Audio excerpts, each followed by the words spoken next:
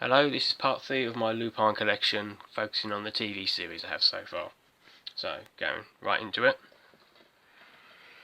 This is the complete first series, released by Discotek. There we go. What's cool about this release is that you get the pilot film with it, both versions of the pilot film, which is good because if you don't know, a lot of the original voice actors were different in it. I believe Garaman, his voice actor, was later became Zenigata's Goronaya, if I'm pronouncing that right. Lupin and Fujiko had different voice actors, and so did Zenigata. And the only person who's remained consistent, I believe, is Jigen, since the pilot film, and he's voiced Jigen all up until currently now. It's official. You suck. But yeah, this is a good release to have. No English audio at all. It's all subtitled. And there's another release of this I've seen by Discotek, and it seems like really bare bones. Like, I think it's just the episodes. There's no other extras in that. If anyone knows any information about that, mention below, because I don't know much about that release. Other than it's got the episodes, but I don't know if there's any extras or anything with it. But this is a really nice set to have. It's far more it's still got the comedy in it, but it's far more a serious series. Not as light-hearted as it sort of like became in the Red Jacket. Also, I believe this is one of the first animes, or might have been the first, which had sort of licensed cars and weapons and vehicles and stuff in it. You know, like sort of like the engines and everything used in it. It's a really good series. This is probably my favourite of all the Lupin series up until sort of part 4. I haven't seen part 5 yet, but yeah, I like this. It has sort of like the dark seriousness sort of like associated with the series, but it also has very light, you know, sort of like the lighter moments as well. Yeah, as it says on the top, Hayao Miyazaki actually came on after the first sort of like couple of episodes to sort of animation director and everything. The first couple of episodes were very, very serious. There were sort of like comedic moments in it, but you can tell once Miyazaki came on that it became not as sort of like dark and serious, but it's still, of all the series, I believe this is probably the most faithful, I would say, to the manga. Yeah, but if you can pick this release up, this specific release with this cover and everything, it's got the pilot films on it. I would say pick that up. It's a good release, good series. Right, I'm going to cut now to show the Red Jacket series I have. So back in a sec. And here's my complete Red Jacket series. Most of these but one are the genuine releases. So here we go. Here's volume 1. Yeah, genuine. These sort of like, even the DVD menus and the covers and everything, they're focusing on that. The episodes there, they kind of went all out on these. Very sort of like retro feel to them. You know, because the series was like a late 70s, early 80s. That's volume 2. And the DVD menus and the packaging design and artwork and everything on the DVDs sort of like reflect that. I'm not going to open all of these up just purely for time's sake. And part 2 of my collection went on for well over half an hour, so some more episodes there. Yeah, but the Red Jacket series was good for what it was. Very much way more light-hearted and sort of more fun and goofy. Not as goofy as the Pink Jacket series, but far more sort of light-hearted. and less serious than the original. Not camera there. The original Green Jacket series was. And I'm assuming this was a lot of people's introduction to the Lupin series, move these out of the way, the Red Jacket series, because I believe this was aired on Adult Swim, and I believe that was where most people first sort of like saw Lupin for the first time, unless, you know, that or Cagliostro, I imagine one of the two. And Discotek have re-released all of these they got 3 box sets. The first 2 box sets got the English audio, which I don't mind the English audio for this. I mean, Tony Oliver, Richard Epcar and Lex Lang were all great. I was sort of familiar with them with sort of Robotech, Lex Lang voicing Kenshiro in the Fist and All Star manga entertainment release. Some more artwork there, and you know, Richard Epcar from Robotech, he voiced a lot of the characters in that, but Tony Oliver, he voiced Rick Hunter, and you can instantly recognise his voice in there. There's the episode listing. But yeah, everyone does like a fairly good job, really, for the characters. They do a lot. They do a much better job in part 4, obviously, because I think they're sort of more relaxed with the characters, and you know, they've been doing them for so long, they can sort of feel more comfortable with like the characters that they're voicing. But yeah, you can get these. A lot of these genuine releases, actually, especially the later ones. This one in particular cost for like the longest time. It was on Amazon for about 80 or 90 quid, and this one and I think it was Lava or Money, one of the two here, were just like so expensive. Let's shut it back. They'd be sort of like 80 or 90 quid. Sometimes they would even go over £100 for these, but I just sort of waited out, and I finally found them for £12 each. But yeah, if you want to get these individual, I mean, it's not really worth getting these individual releases anymore, because you can just buy the Discotek box sets, which are just like these sort of small thin pack. Well, it's not a thin pack, but you know, you won't have stacks of DVDs like this.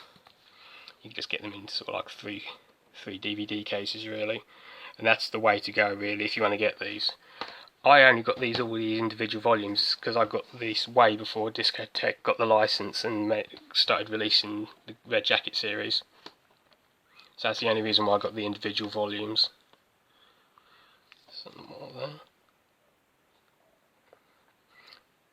But yeah, I would say this is a good starting point if you want to get into Lupin, with the series specifically. The Red Jacket series is good because it doesn't take itself too seriously, and it's a good starting point, because if you want to have a look at this Green Jacket series, might be a bit too serious and dark for some, but I think this is a good starting point. And this is the box 3 of the Discotek release, slip cover there. But you can get, yeah, they got box 1 and 2 as well.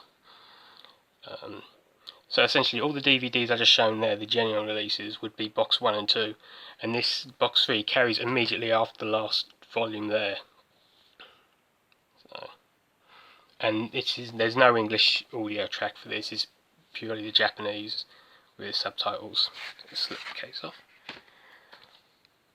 Get some different artwork underneath, which is really nice, and the back's the same, really. Going to focus, kind of, well, yeah.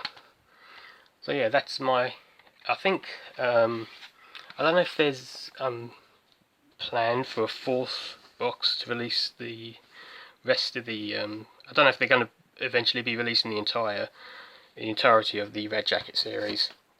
But it would be good if they did, because then you'd have the entire Red Jacket series, which is a good series. Again, not my favourite. I do really love it. It's not my favourite though. My favourite is the original Green Jacket 70s Green Jacket series, and that DVD at the bottom's the wrong way around. There we go. So yeah, that's my entire Red Jacket series so far. It's not much point getting all the individual volumes. You may as well just get the Discotheque releases, and you just get them in 3 DVD this size, and you get everything, rather than having like all this taken up your shelves. If space is, you know, an issue for you, and you may as well get these, because a lot of these are expensive now. Like I said, there are 2 volumes there which were like, you know, weighing just sort of like 60 quid and up.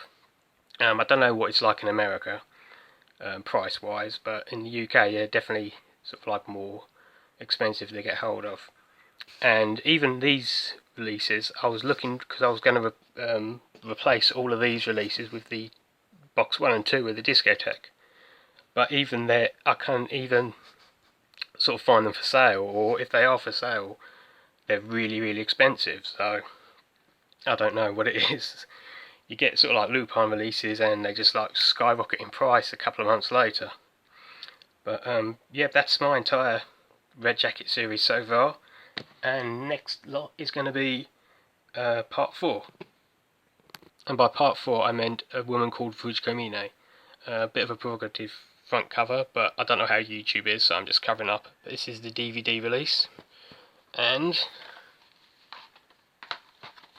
the Blu-ray release, which has skyrocketed in price. I can't even find the DVD available anywhere. The Blu-ray is available on Amazon for like well over 100. Last time I checked, it was like 160 quid. I got the DVD when it was first released, so that was about 15 quid. But the Blu-ray I got much later, and it cost me about 70 quid.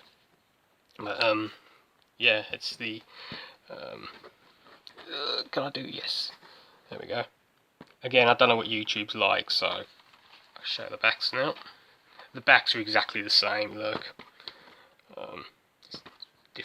Slightly different colouring. But yeah, very expensive now to find these, if you can find them at all.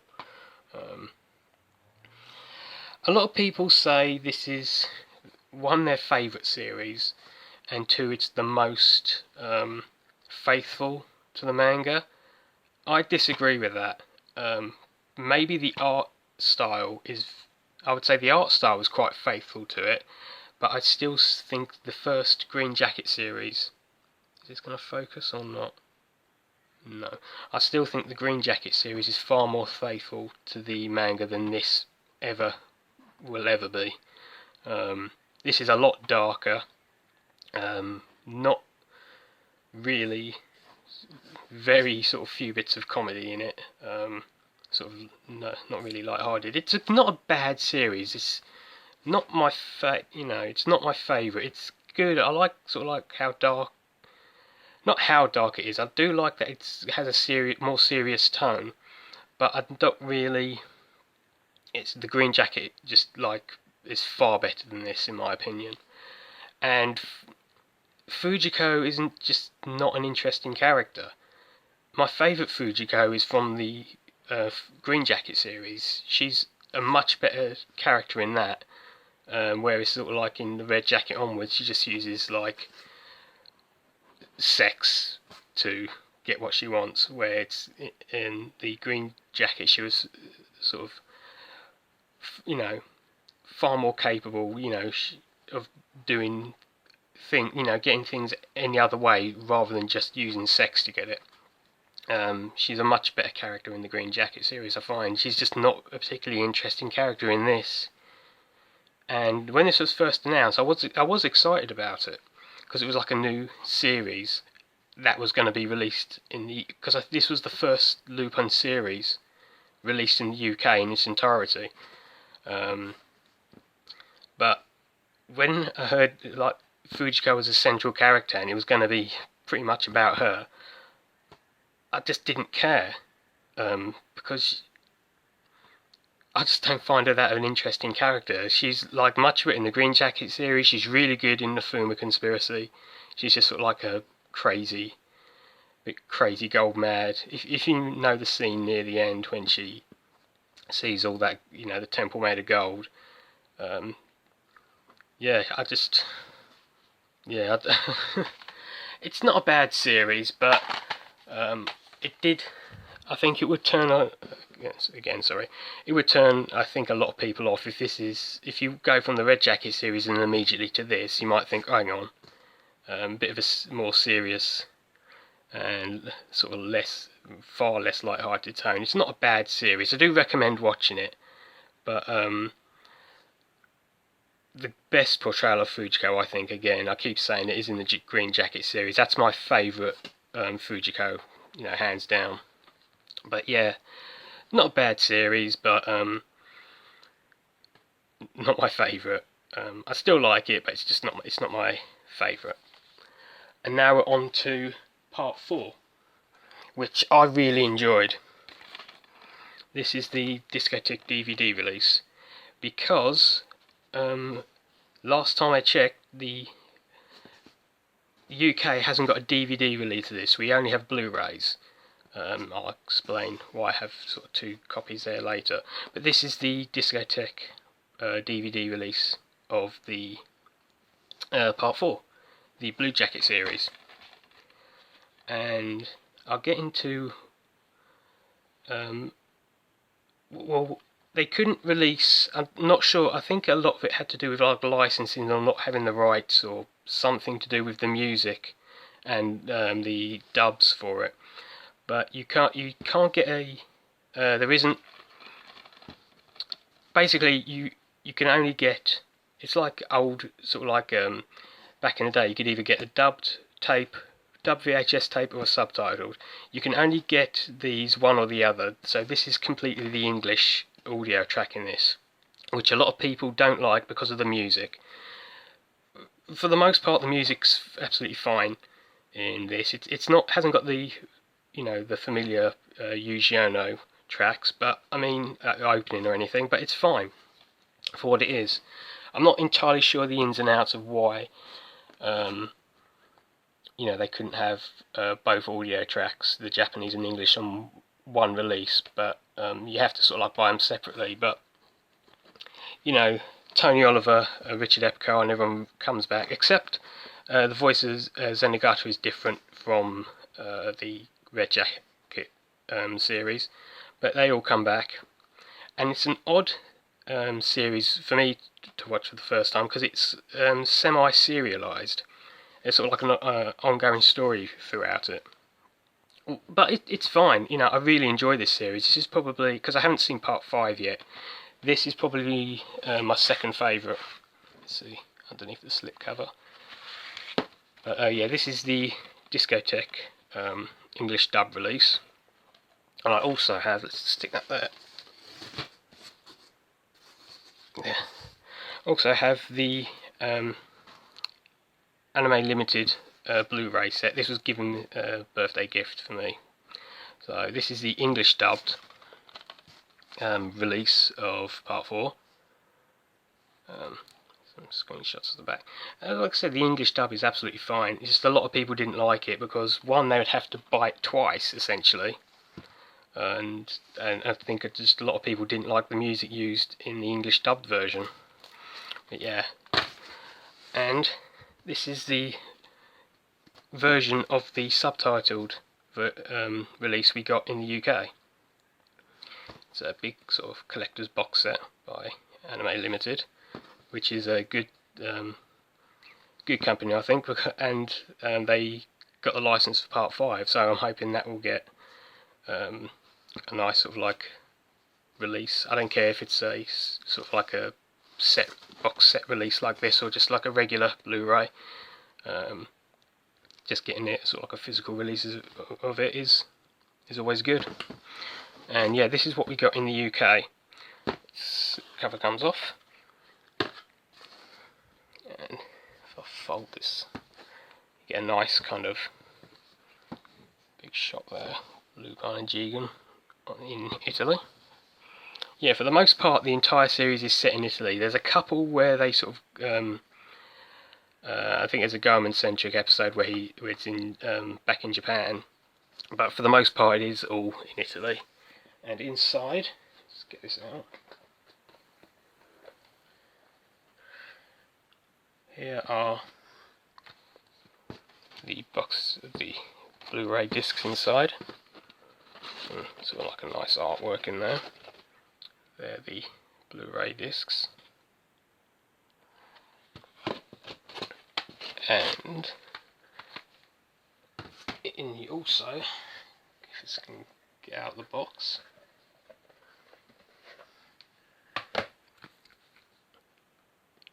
you get basically an art book. So inside it's like concept art, and which is quite nice. I like these sort of art book things. I know a lot of people really hate and despise them, but you get some nice artwork in there of the characters. Jigen, Fujiko, some more there. There's the whole sort of line out of the gang there. I liked Rebecca in this. I know I'm sure a lot of people found her annoying, but I liked her. I didn't mind her as a sort of like a ongoing character in it. She was interesting. She was fucking ballsy as well. She jumped, when she jumped off she jumped off the villa to have Lupin jump after her. It's fucking ballsy, and she shows herself as fairly capable. But yeah, there's a slipcover of that. That's my entire Lupin TV series collection. Haven't seen part 5 yet, but I am hoping they get a physical release of 5 at some point. Next part will be on bootlegs I have. So, see you then.